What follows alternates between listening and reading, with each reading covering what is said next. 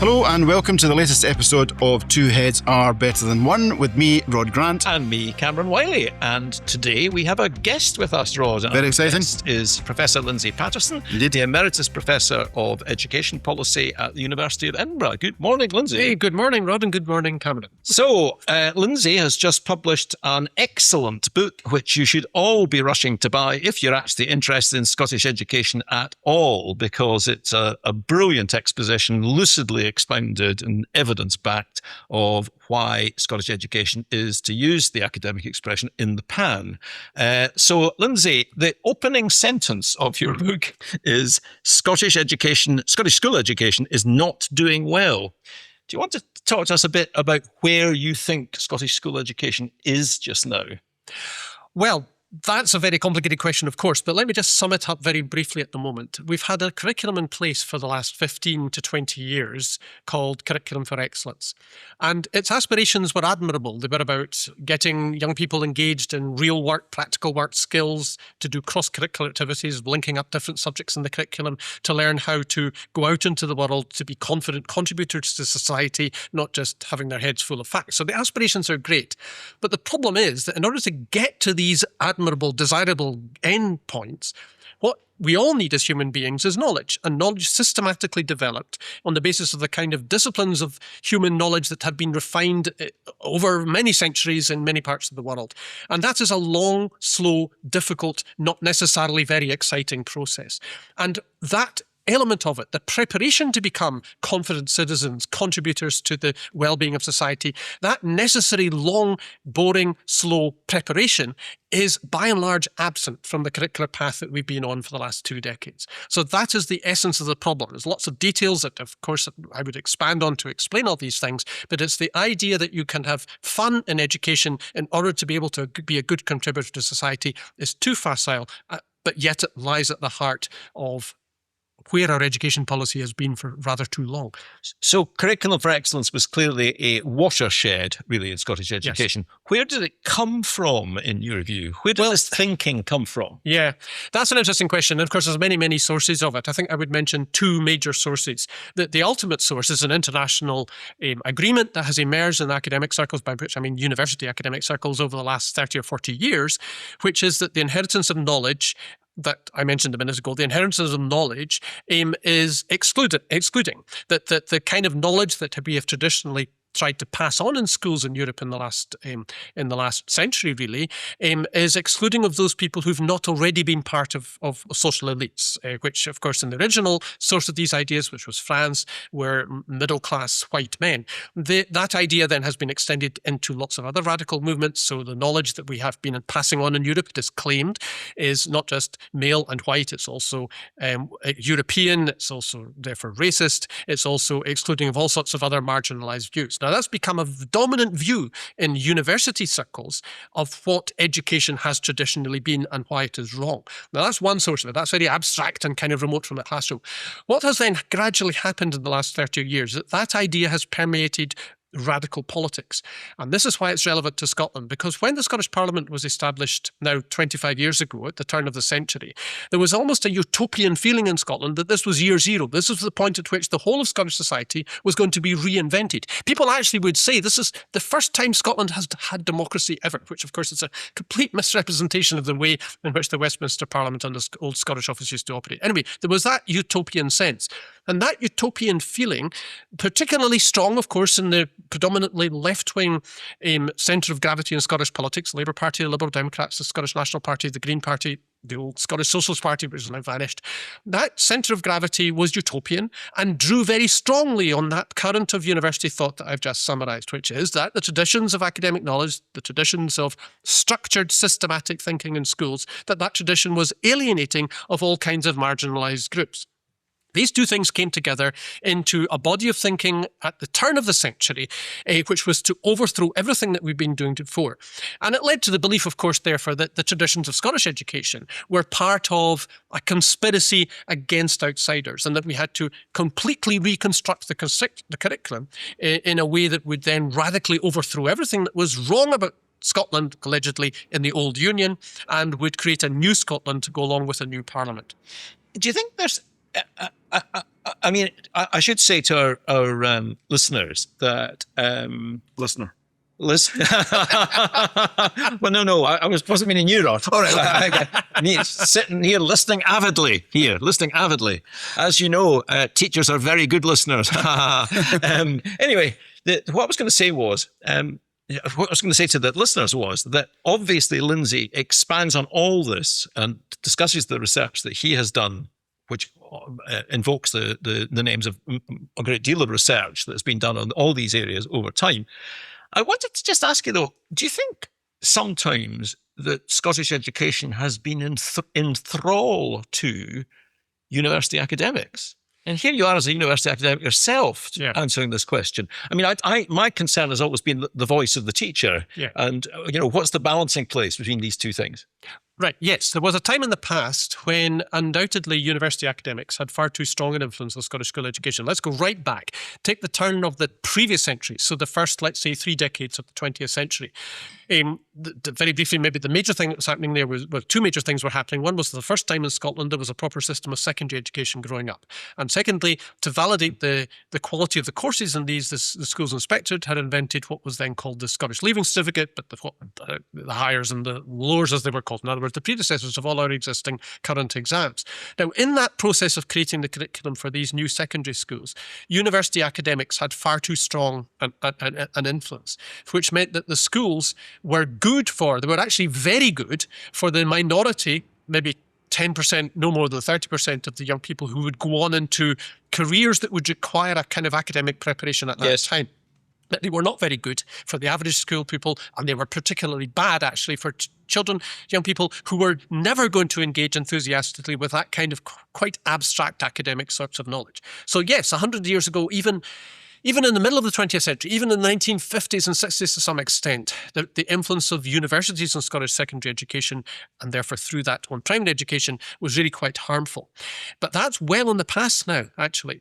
And it's well in the past in two respects. One is, in fact, that there is no longer such a strong influence of most of universities. So when I said there was too much university influence of schools, what I meant was not primarily academics who study education like I do. It was university physicists, university historians, university literary critics.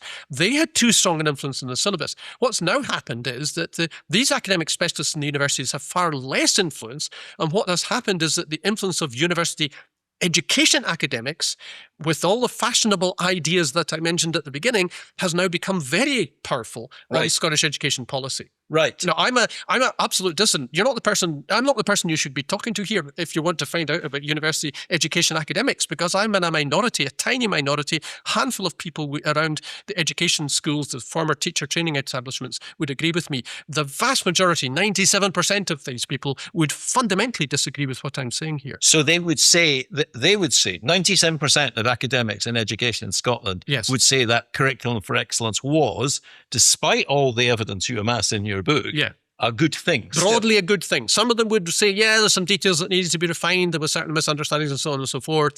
And they would come out with some rhetoric about knowledge without defining what knowledge is, which we may come back to. But by and large, they would say it was on the right lines, and what was there before was on the wrong lines. I think just say a little bit about what knowledge is. Actually. Right. Okay, so knowledge. I mean, a lot of your book is about that. Yeah, right. There is the problem with the English language is the word knowledge can mean almost anything.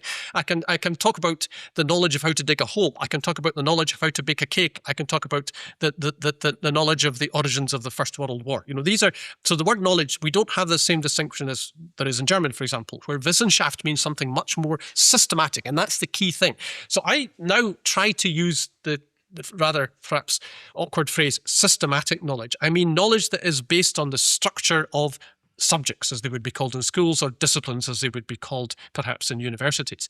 And that this matters because these disciplines, despite a lot of the rhetoric around the policy of curriculum for excellence, these disciplines, these subjects are not arbitrary. They're not being just created out of thin air. They're the things that distinguished human thinkers over many, many centuries from many, many cultures across the world have gradually refined for us, and we inherit that now today. So what we call, for example, let's take the subject of biology in schools. Now, we think of that as something set in stone. Well, it's not actually, and if you go back just 60 years, you find it wasn't built. It was actually zoology and botany. But then they were because these were the ways in which human beings thought in the universities and in academic research establishments about the organic parts of the natural world, zoology and botany. But then, of course, what's happened is there's been a bit of a synthesis there, and so the concept of biology became sensible, and so it made much more sense to teach these two things, zoology and botany and related scientific ideas, under the single heading of biology, because that is now agreed to be a much better basis. So these are not things that are set in stone that never change, but they are things which are based on the gradually, systematically refining ideas that the people at the forefront of all these ways of thinking have been developing over the centuries. Now, that's why we have subjects in schools, not because of some arbitrary management problem about where to put children in front of which kind of teacher, yes, but rather because that's the way that human beings think about the world. Now, that sort of thing is where the tradition was, and it's the sort of thing which has been neglected in this entire new development. It's as if the subjects are something that are a nuisance that we have to get round, that we have to set aside, rather than something that we should work with, because that is actually what learning means. But, I mean, school curricula, actual timetables in schools are still, in secondary school at least, and very often in primary school, still built around these subjects. Yes, they are. And that's because, ultimately, we have a teaching workforce who themselves were trained in these subject disciplines. Now, when I go to talk to secondary teachers, they don't tell me that the first reason that they went into teaching was in order to produce effective contributors and valuable citizens. They say because they had a love of physics, or they had a love of French, or they had a love of ancient history. They want to pass that on in the most effective way possible, of course. They want to pass that on to the next generation. That's interesting. That's not why I became a teacher, interestingly. Why did you become a teacher? Oh, well, sounds a bit crass, but I want to make a difference.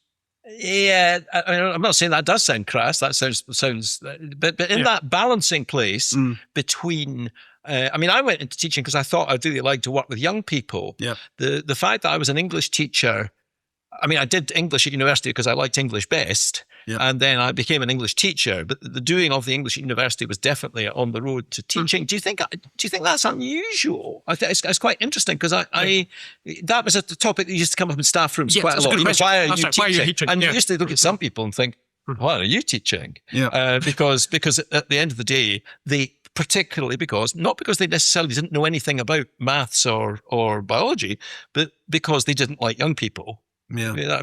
Those people were not good teachers. The only time in my career that I was heckled was actually talking about some primary teachers that I'd come across in my career that I would not say were good teachers, and that were in it for the wrong reasons. Yeah. Holidays and money. And to be honest, it was a head teacher at a Rotary do. And he just said, "You are talking rubbish." Is that right? Yeah, my legs turned to jelly, because I'd never had somebody shout at me like that for that. I loved hecklers. Yeah, but I replied by saying, "Well, I'm sorry, but that's my personal experience." Did you just to pursue this more personally just for a second? Did you? Obviously, your background. Yes. Your background. I might get this wrong, actually, but your background is actually in statistics. Well, it depends where you start. You see, this is the thing about this traditional. What did you do your undergraduate degree in? In maths and English. Yes, good. That must be very unusual. No, but you see, it isn't really. Let's take a step back. I'll still to answer your question properly. Yeah, sure. Teachers' motivation, and this is a roundabout way of getting there.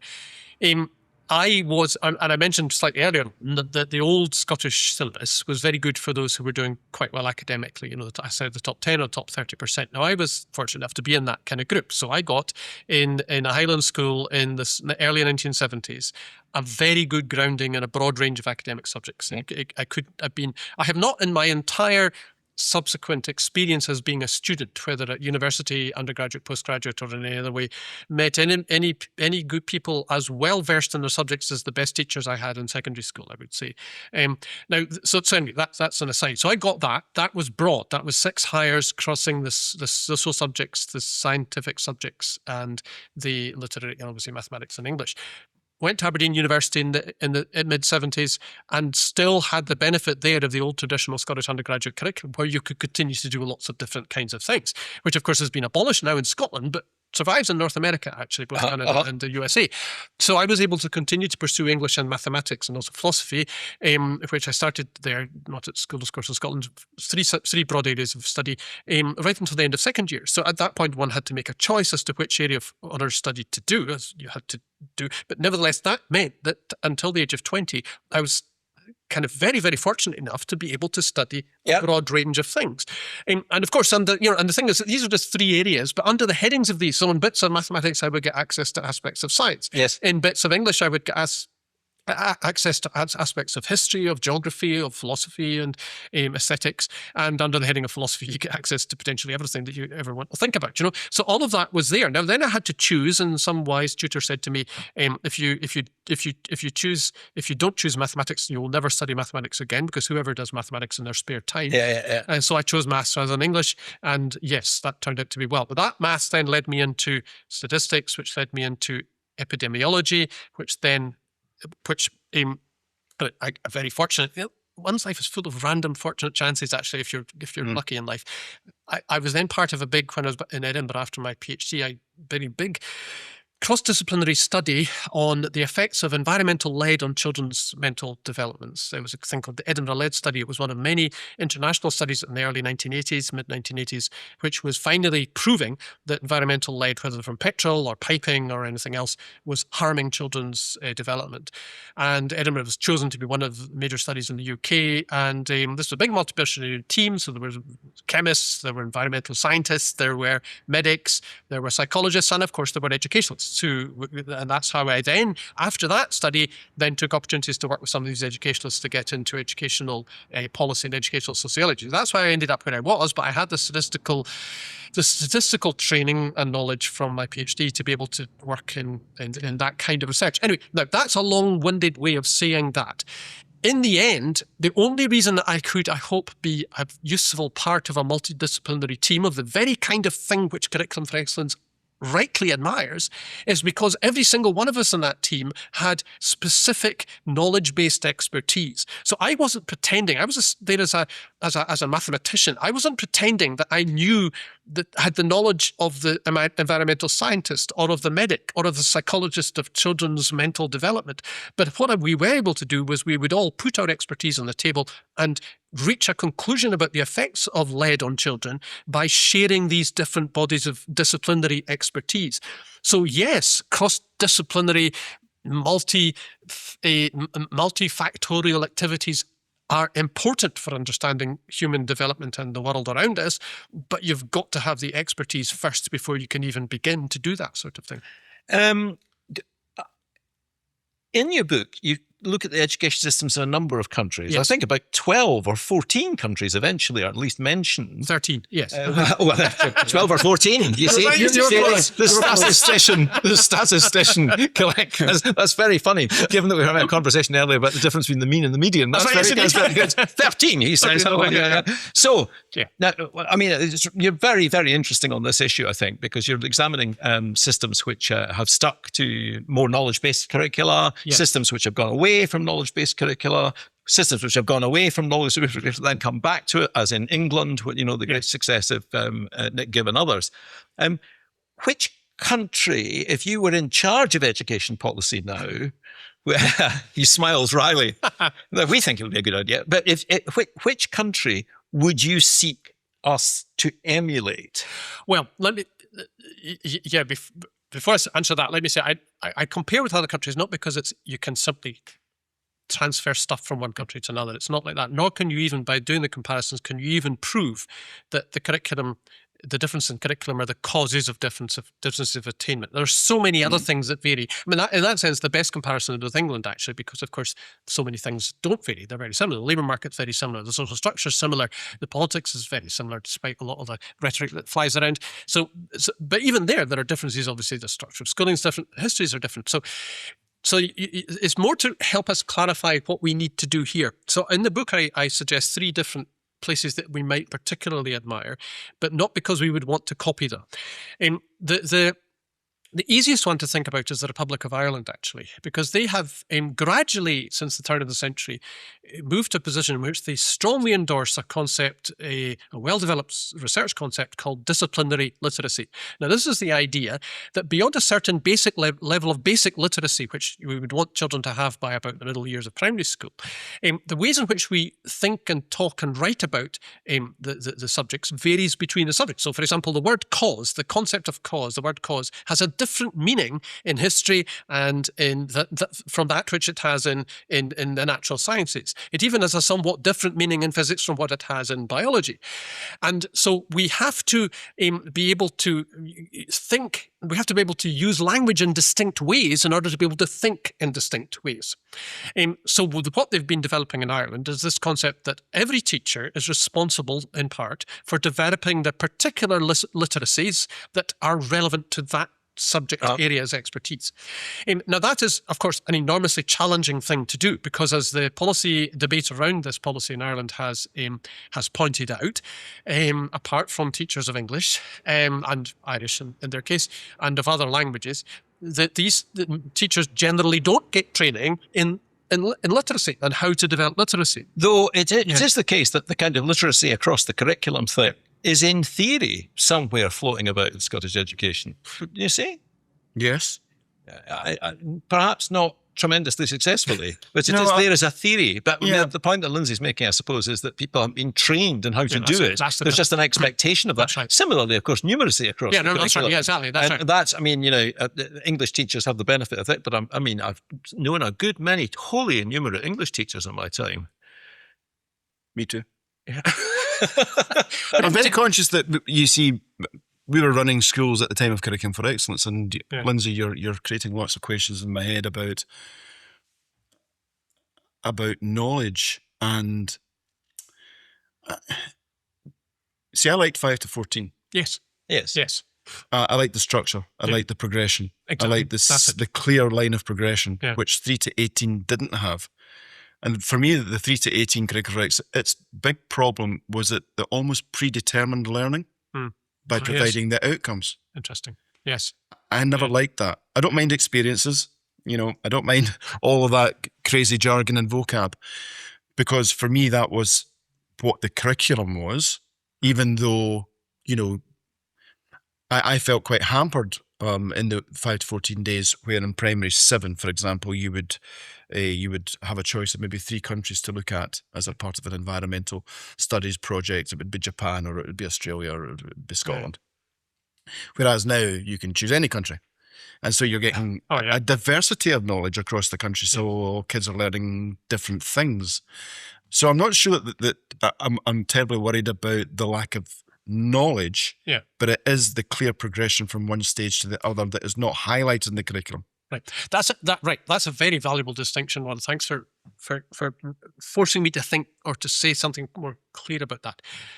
What I mean by knowledge is not, of course, an accumulation of facts. So I don't really care. Well, so I'm not a geography teacher, so I wouldn't say this. Suppose I was teaching English, let us say, in the first year of a secondary school. What I would want the children to have, the young people to have when they come into first year, is an understanding of, for example, what a novel is. What are the typical ways in which a novel develops? What is the meaning of characterization? Yes. What is what is the devices that authors can typically use to represent direct speech? So, for example, they would read, let us say, Sunset Song, and see that there's no quotation marks. So, how do we know where the direct speech is? And so it's actually done it's done by italics usually in most print editions, but it's actually done by a very subtle use of modulation of language between the narrative and it is fabulous that it is fabulous that one of my favorite books. one of my favorite books too. I think arguably the greatest Scottish novel. But at the end of the day, I think it's wonderful that Lindsay has the optimism to think that there are any 12-year-olds in Scotland who are reading Sunset Song. Because of course, even 17-year-olds these days broadly do not read novels in school. I can tell you there's not one. Yeah. All right. Yeah. Okay. As a fact, I'm saying that as a fact. Yes, yeah. You see, that's me. Right. So this may be an incidental illustration of part of the problem, but let me come back then to something rather more basic. That by the age of 12, entering into the first year of secondary school, young people might at least understand the difference between a poem and a novel. Yes. That and a poem does not have to be something with rhyme. Yes, that's right. Yeah. It's very interesting that because I mean, on that particular issue, I think most people entering a Scottish secondary classroom would know the difference between a poem and a novel. But interestingly, if you then say to them, and this was a lesson I taught many times to 12-year-olds, what is a poem? Yeah. The first thing they say is a poem has rhymes. Yeah. And of course, it's a really interesting thing to drive them away from that relative to the need for them to understand about imagery and metaphor and things like that, which are much more used in poetry. If we go back to Rod's question then, it doesn't really matter if they've begun, one hopes that by age 12 they're beginning to understand what a metaphor is, what imagery is, what symbolism is. It doesn't matter too much which poems they've been exercised with. And it could well be that, for example, the poems that have been most helpful in that respect for teachers in the upper years of primary school are poems relating to the locality or to children's own experience. Perhaps it's a very multicultural school, so you might actually you could presumably quite effectively draw upon English translations of poems from a variety of different cultures around the world.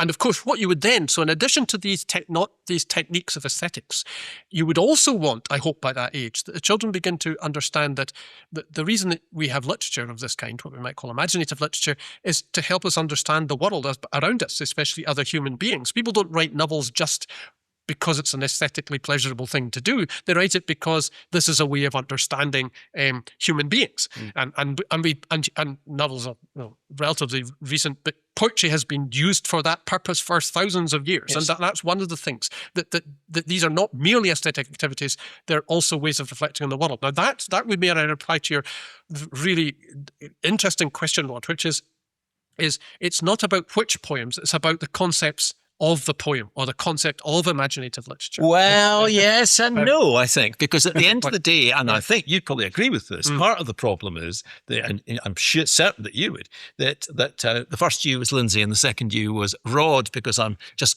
remembering that, in fact, you aren't seeing us. Anyway, the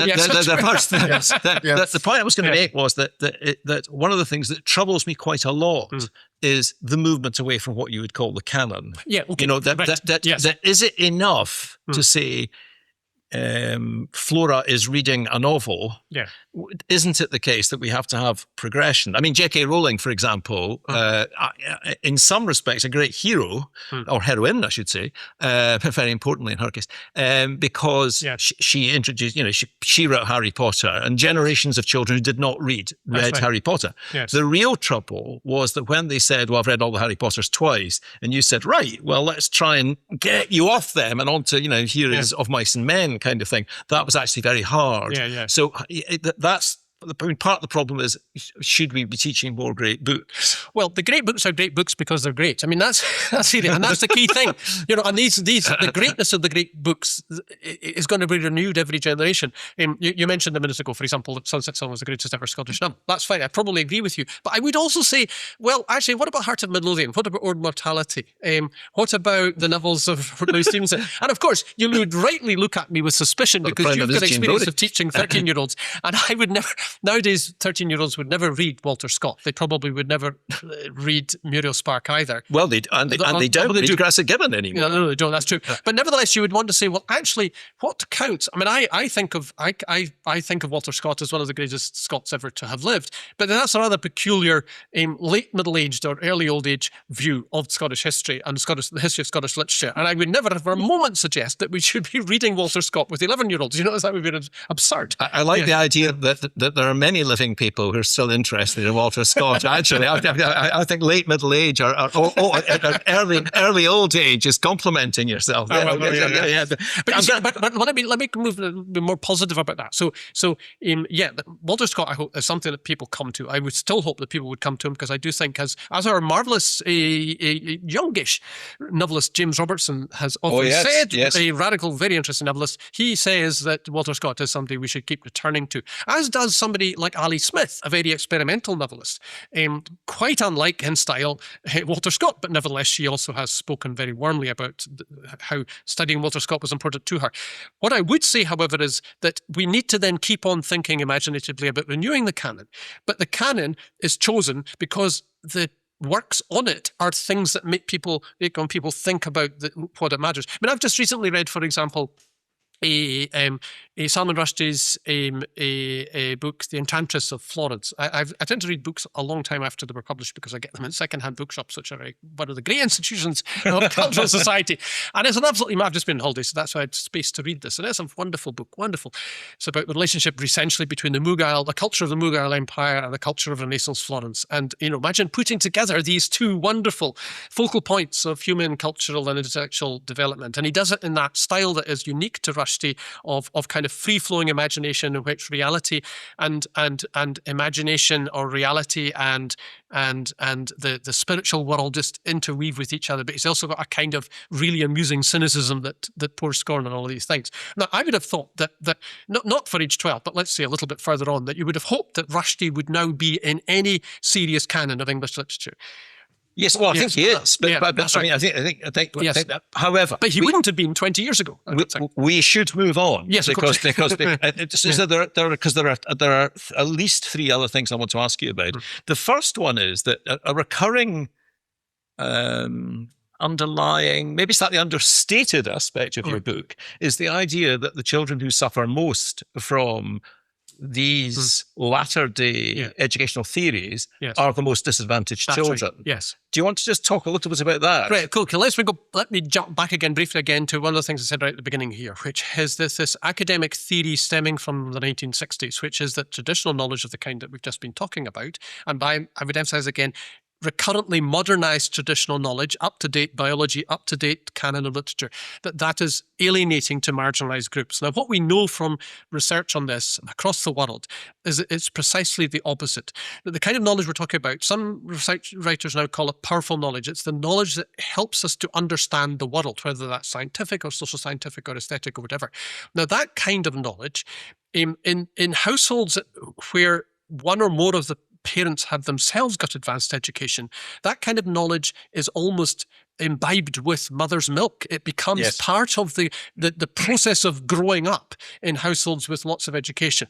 Even in households in which the parents themselves have not had that opportunity, if the parents can encourage the children to go to libraries, to watch valuable stuff on the television rather than trivia, to not waste lots of time on social media, but rather than reading some decent books, when that can happen, it can provide the background knowledge on which the expert school teacher, whether in primary or secondary, can build. But the problem is that, of course, proportionately, the children from households in which there is lots of education, which, given that education leads to middle-class occupations, that means predominantly the children from middle-class households will be more likely, on average, to get that stuff from home than the children from households in which that's not the case. Now, that is not determined. As I say, there will be families in which the parents, despite themselves not having education, will encourage their children to get it. But on average, in fact, that was a very, very important thing in Scotland. It was indeed. That's true. But you would agree that that's much less the case. Much less now. That's right. It used to be the case, and that was the case in my own household. That people who had left school at 15 aspired for their children to learn and do things and become doctors. And one really important thing to note at the moment in Scotland and Britain, which are becoming much more multicultural because of migration, essentially, is that there are this business in which parents encourage their children to aspire through education is far more common amongst migration people of migration background. Absolutely. And in fact, if I may briefly, I know this is not a political broadcast, but if I may briefly make a political point here. Oh, it's quite political. When the leader of the Reform UK party, Nigel Farage, complained about Glasgow having so many families in which the first language wasn't English, he was totally missing the point. It was one of the most ignorant things I've ever heard a politician saying. The fact that there are children in Glasgow whose first language is not English, first of all, they get the benefit of bilingualism, which is an important but separate point. Bilingualism actually is educationally very valuable. But secondly, they were bringing to the classroom the aspirations that their parents had, that education would be these young people's means of overcoming racism and of getting integrated into Scottish and UK society. And so they actually had a powerful force for educational good, not an dragging down as Farage implied. However, let me get off the political hobby horse and see the key thing here is that children who don't have that advantage at home are completely dependent on the schools, on the curriculum, and on expert teachers to get access to the kind of knowledge that enables them to understand the world and society. And without that, they are deprived. Now, that is, they're deprived by the school as well as deprived by their home circumstances. No, on you go. Yeah. So that's ultimately the reason. And actually, I think that this is, I said earlier on, I'd come back to this point about teachers' motivation. We kind of moved off that because you said you went into teaching because you wanted to make a difference and you went in because you wanted to work with young people. But I would ask you back in return, what kind of difference did you want to make? It wasn't everything. It was presumably in relation to learning of some kind. And to work with children, you weren't wanting to go out and play football with them. You were presumably wanting to do something with their minds. Yeah. I mean, I think I wanted to light a fire. Yes. That's it. That's a good way of putting it. Yes. You know what? Is that a disciplinary thing? Yeah. Campcraft.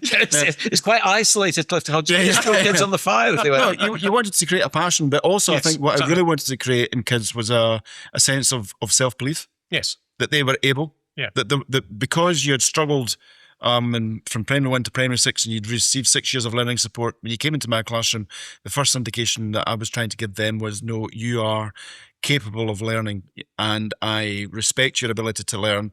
And this is, I think, where the value of teaching cannot be understated, can be overstated even. That's right. The quality of teaching is absolutely crucial. Yes, I'm not trying to bum myself up here, but I remember in 7 years in an independent school that wasn't Clifton Hall, where I was a teacher of primary 7. In those 7 years, I had 21 children that had arrived to me on support for learning, who had been receiving that support from primary 1, and 16 of those 21 came off support for learning in my year. Now, that was not because I was a brilliant teacher.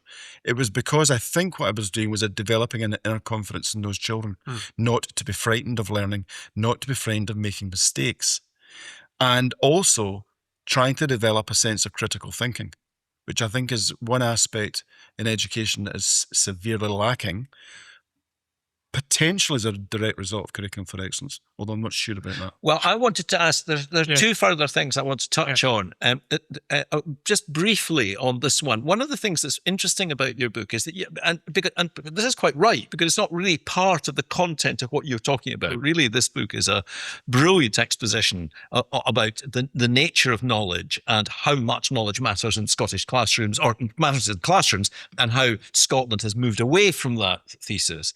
But one of the things that, of course, is a huge problem in Scottish state classrooms at the moment is behaviour. Oh, yeah. And how far do you think the curriculum, far do you think that the curriculum has caused that? I mean, clearly part of the cause is a different approach in policy towards how you run and regulate a school and how young people are disciplined and so on and so forth. Do you think the curriculum's got anything to do with it? It's difficult to be sure about that, to be honest, because the behavioural problems are probably as great in England as they are in Scotland, and England has got a more successful system. Well, actually, I hate to disagree with you, Professor, but the behavioural problems in England are about half of what they are in Scotland in terms of reported assaults on teachers, for example. That's a fair point. And you're right. Sorry, I should have thought about that. You're right, because that's. I don't mean to dismiss it by saying that's the extreme form of behavioural problem. But nevertheless, the extreme is very revealing. So very fair point, and that may well be. Although whether the curriculum would be likely to be the main explanation of extreme forms of misbehaviour, such as actual violence assaults. Well, teachers, I'm not sure. I was thinking more of low-level disruption. Well, low-level disruption is first of all quite difficult to measure because just as you were saying, knowledge has lots of different meanings. I think low-level disruption means different things to different teachers. Lots of teachers are perfectly happy with kids talking in the classroom, for example, and may even see it as being educationally beneficial. I suppose I'm more thinking about the fact that the statistic seems to suggest that a lot of Scottish school children don't like school very much. That's right. If you don't like something, then you're liable to be bored. If you don't like, if you're bored, you're liable to act up, etc., etc., etc. So, do you think? I mean, I just wonder if you think that a knowledge-based curriculum. I suppose what I'm asking is a knowledge-based curriculum more interesting? Well, I would say potentially it is. And we go back to your point, Rod, there a minute ago. You were asking people to be able to exercise critical thinking. Now, the standard thing that the distinguished psychologist Daniel Willingham says always is, to develop critical thinking, we've got to have something to think about. And that's essentially why he believes in a knowledge-based curriculum. So presumably when you were, I absolutely agree with you, critical thinking is crucial, but you were wanting them to think critically about something.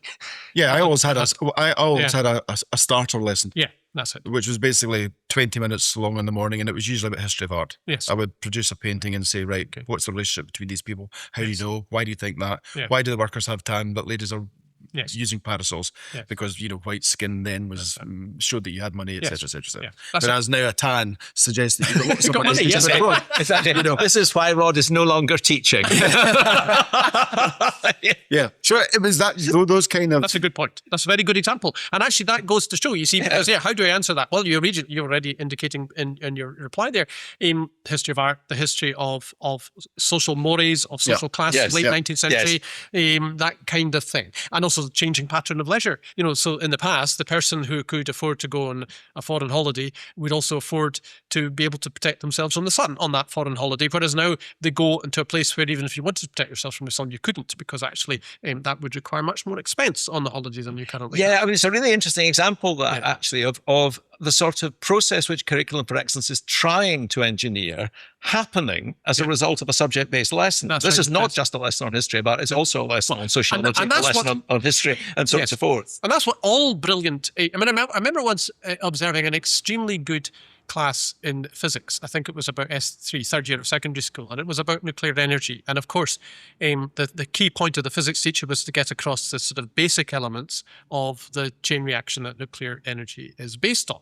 So that was a physics class. But to get the young people interested, she started off with the controversies around nuclear energy and so on.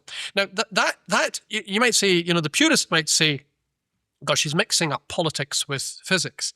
But no, she wasn't. She was very cleverly using the politics, which most of the young people had a strong view about, because young people admirably have strong views about these controversial matters. She was using that as a way of saying to them, right, if you have strong views about that, why not actually immerse yourself in the subject matter so that you have a better informed, strong view about desirability of otherwise. Now, I thought that was a brilliant lesson, and you could see it. You could see it clicking in these young people's minds. If I want to object to nuclear energy, I better find out what nuclear energy actually is. Yeah. That bit of discussion actually brings me to the kind of final thing that I think is very important, because, I mean, your book, Lindsay, is about two things, I think.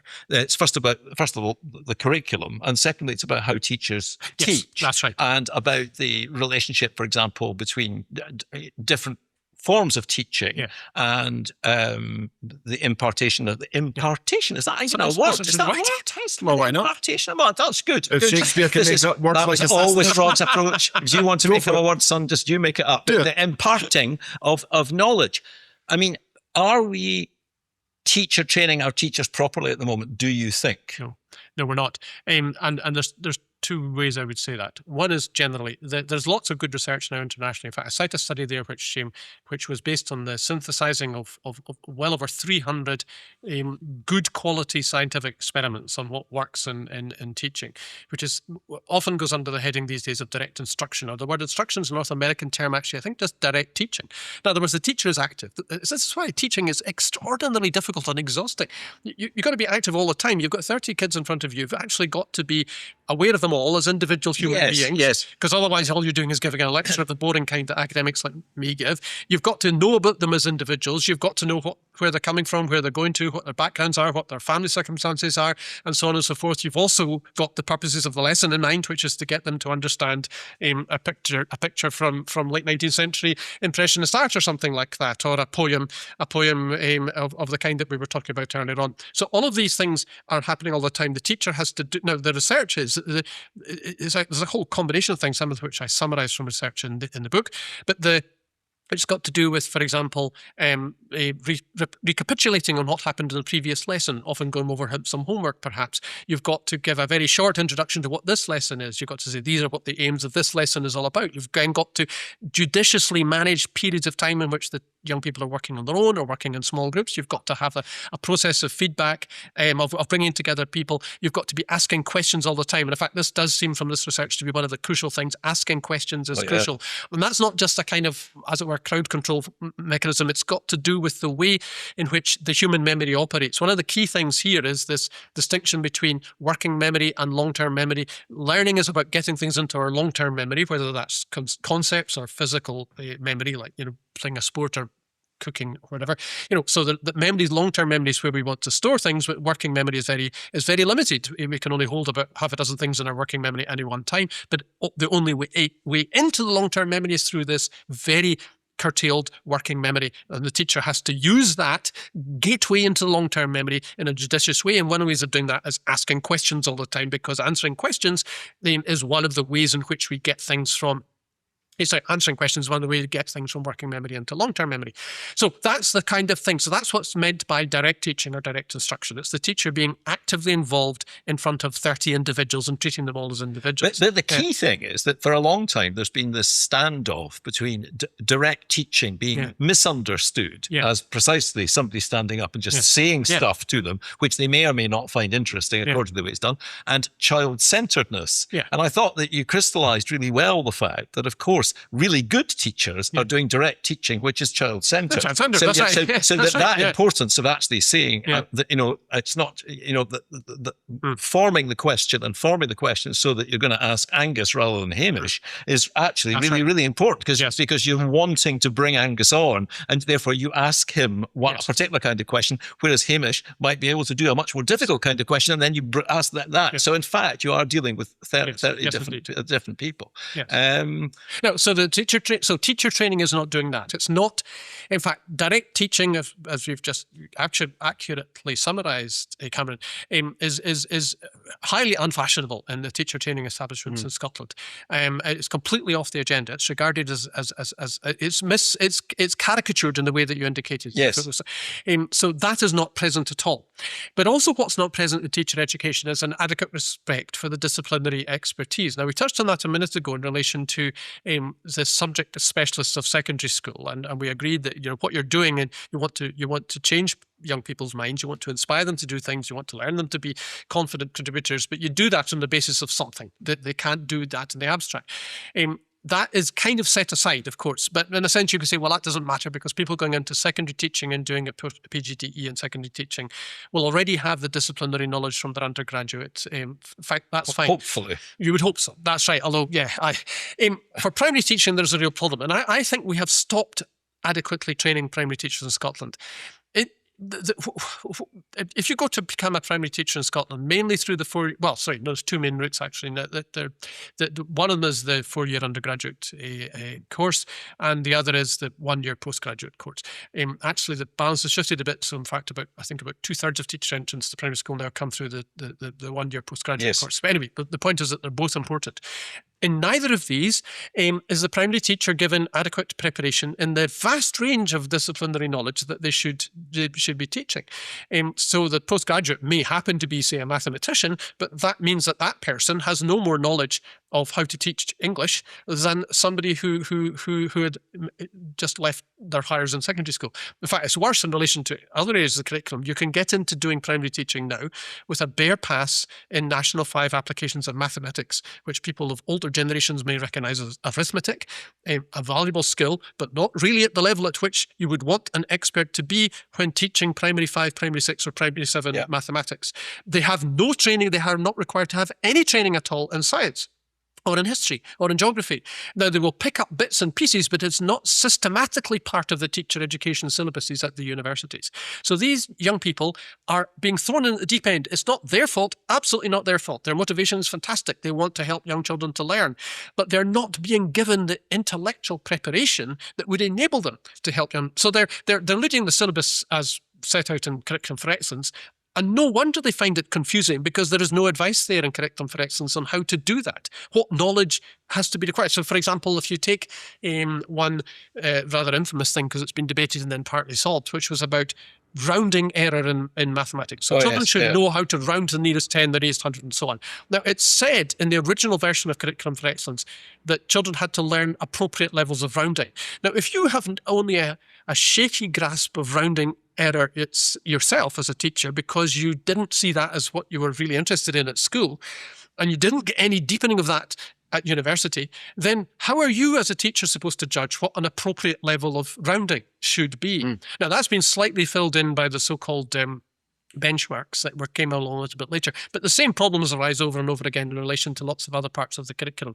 That there is a presumption of teacher knowledge in Curriculum for Excellence, which is simply not based on what teachers in primary schools have actually been taught in their teacher preparation classes at the universities. I think we should do a whole one on teacher education at some point, because I'm a bit very confused these days about what teachers are being taught in teacher training colleges.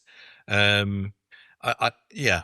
Anyway, so a big thank you to Professor Lindsay Paterson. Oh, thank you. And once again, a real plea to those of you listening out there, if you are teachers, which I suspect the majority of people listening to this are, or interested in stand-up comedy, then I suggest very, very strongly getting hold of a copy of Lindsay Paterson's book, Lessons from Scottish Schools, Why Knowledge Matters, because it really has a very, very compelling and clear argument. And hopefully there might even be the odd politician or the odd local authority education spokesperson or the odd director of education, and you might just pick it up and learn something from it. I say that. They won't do anything about it, Cameron. No, well, I think the interesting thing is they will all say that they can't do anything about it. Yeah. You know, Which is probably true. The Cabinet Secretary for Education is constantly saying that local authorities are in charge of education. The local authorities say our hands are tied by the inspector, et cetera, et cetera. And the people, of course, that very few people are listening to, Professor Paterson being an honourable exception, are teachers. Indeed. Anyway.